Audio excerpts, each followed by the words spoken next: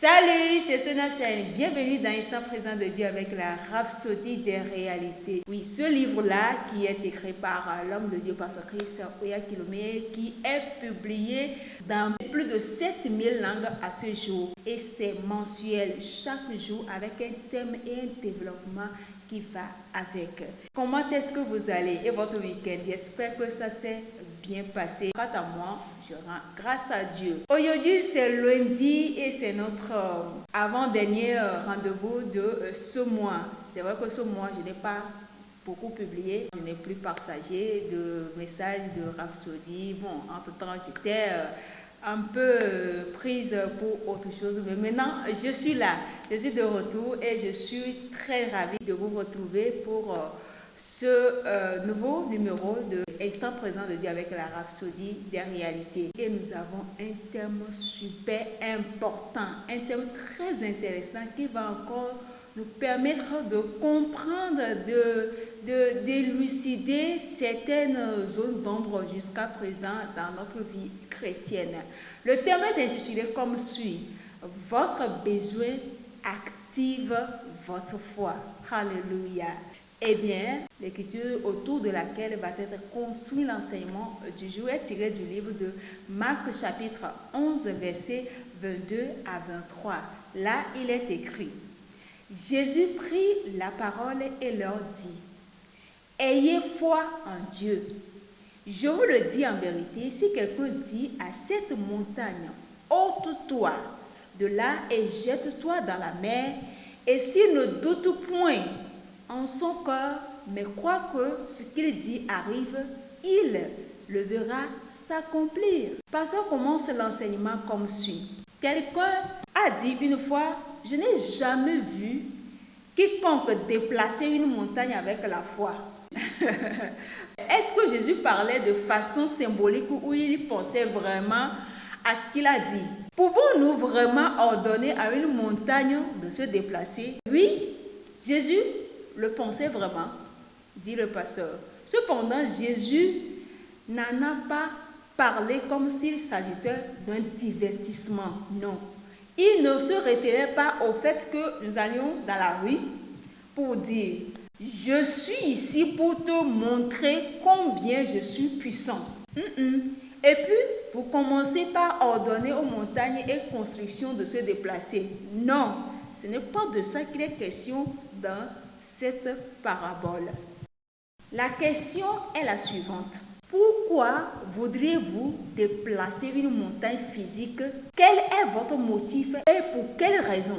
En fait, vous voulez déplacer une montagne physique à quelle fin? Est-ce que c'est faisable d'ailleurs même? Supposons qu'il y a un bâtiment au bord de la route, tu te pointes devant le bâtiment parce que la parole de Dieu a dit: si tu dis à cette montagne, ôte-toi de là, va te jeter dans la mer, il va exécuter. Donc tu vas te tenir devant le bâtiment et commencer par ordonner le bâtiment. C'est à quelle fin? Non, ça n'a pas de sens. Ce n'est pas de ça qu'il est question ici. Ce qu'il faut savoir, c'est que notre foi est toujours connectée à nos besoins. C'est-à-dire que quoi? C'est quand tu te trouves dans une situation que tu fais office de ta foi, que tu exerces ta foi. S'il n'y a pas de besoin qui est associé, il n'y aura pas de foi à l'œuvre non plus. C'est bien clair, on est d'accord. Donc, vous ne pourriez pas vous retrouver en train d'essayer de faire en sorte que quelque chose se produise, et cela se produira parce qu'il n'y aura aucun besoin existant pour activer la foi en premier lieu. La foi est activée seulement lorsqu'un besoin se présente. Lorsque vous vous retrouvez dans une situation, par exemple, contraire à la parole de Dieu, une situation qui demande une intervention divine, par exemple, une situation face à laquelle tu n'es pas confortable, tu n'es pas satisfaite, tu n'es pas heureuse et qui demande à ce que ça soit changé.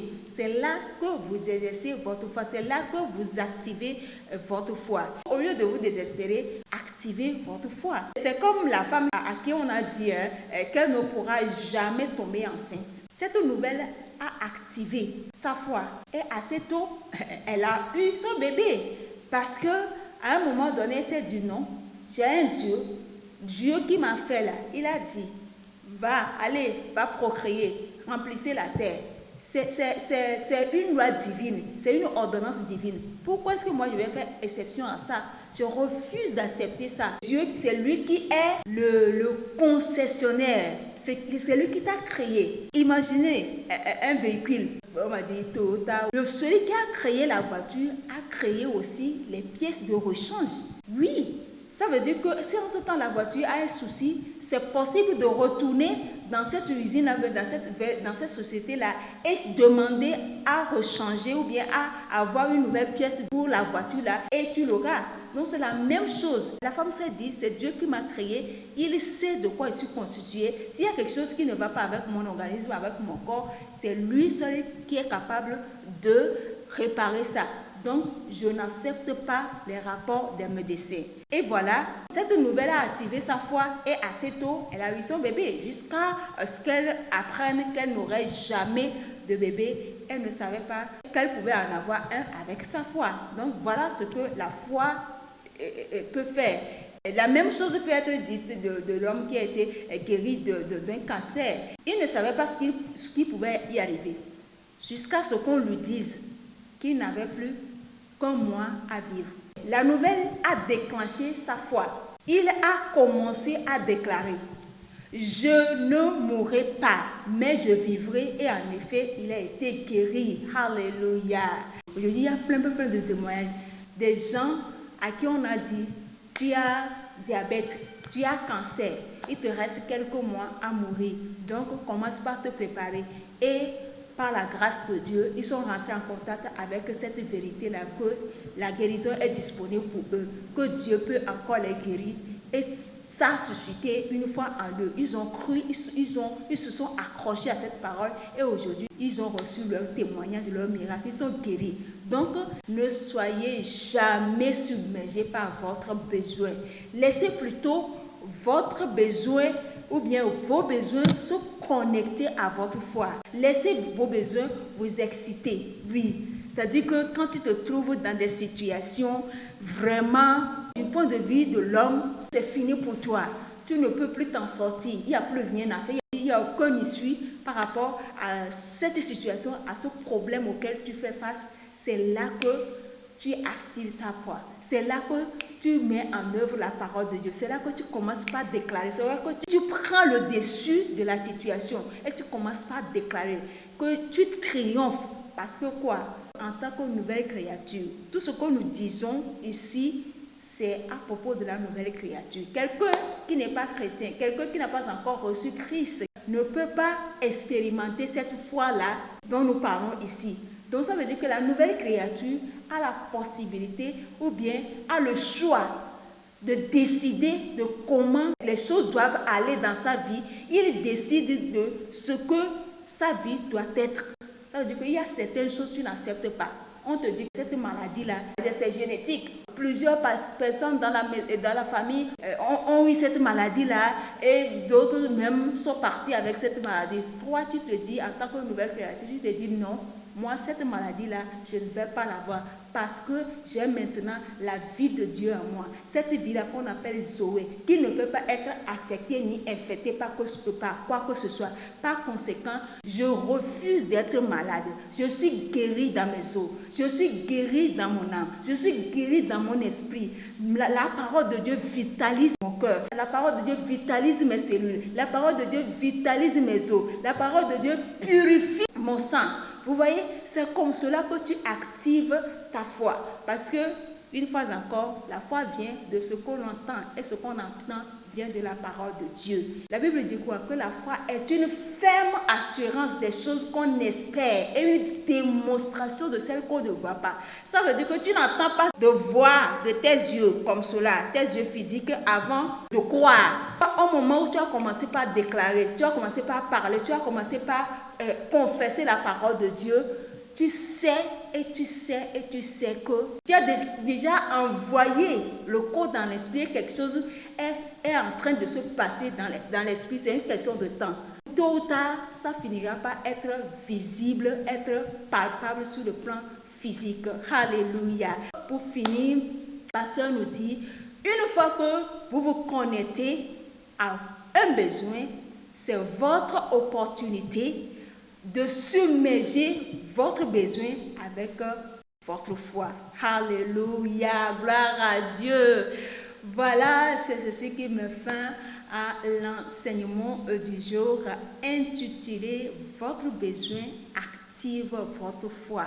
Nous allons prendre la confession comme d'hab, je dis et vous répétez après moi s'il vous plaît. En Christ, je me suffis à moi-même. Je suis né dans un héritage incorruptible, inépuisable.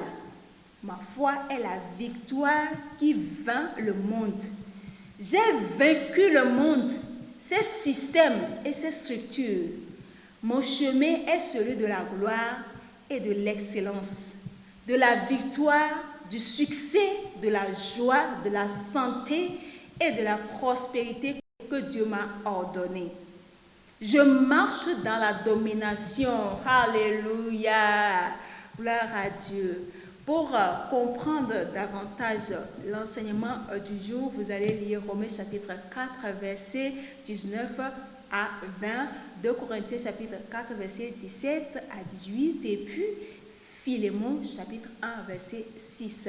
Maintenant, pour une étude de la Bible en un an, vous allez lire 2 Pierre chapitre 2 et Ézéchiel chapitre 39 et 40. Enfin, pour une étude de la Bible en 2 ans, vous allez lire Apocalypse chapitre 3, verset 1 à 10 et Osée chapitre 9 et chapitre 10. Les 2 chapitres, vous les lisez tous. Alléluia. Voilà, si aujourd'hui est votre première fois que vous tombez sur cette vidéo et vous savez que vous n'avez pas encore donné votre cœur à Jésus, vous n'avez pas encore invité Jésus dans votre vie, c'est l'occasion, car la Bible déclare, si aujourd'hui même tu as entendu sa voix, n'endurcis pas ton cœur. Donc, si vous ne trouvez pas d'inconvénient, je vais vous conduire à travers cette petite prière que nous appelons la prière du salut. Je dis et vous répétez après moi, s'il vous plaît. Ô Seigneur Dieu, je crois de tout mon cœur en Jésus-Christ, Fils du Dieu vivant. Je crois qu'il est mort pour moi et Dieu l'a ressuscité des morts. Je crois qu'il est vivant aujourd'hui. Je confesse de ma bouche que Jésus-Christ est le Seigneur de ma vie à partir d'aujourd'hui. Par lui et en son nom, j'ai la vie éternelle. Je suis né de nouveau. Merci Seigneur d'avoir sauvé mon âme. Je suis désormais un enfant de Dieu. Alléluia. Félicitations, bienvenue dans la famille des enfants de Dieu, dans la famille des choisis, dans la famille des champions, dans la famille des illuminés, dans la famille tout simplement des fils du Très-Haut. C'est ceci qui me fait à notre rendez-vous d'aujourd'hui. Je vous dis à la prochaine, plus précisément mercredi prochain, si Jésus tarde à revenir, bien sûr. Au revoir.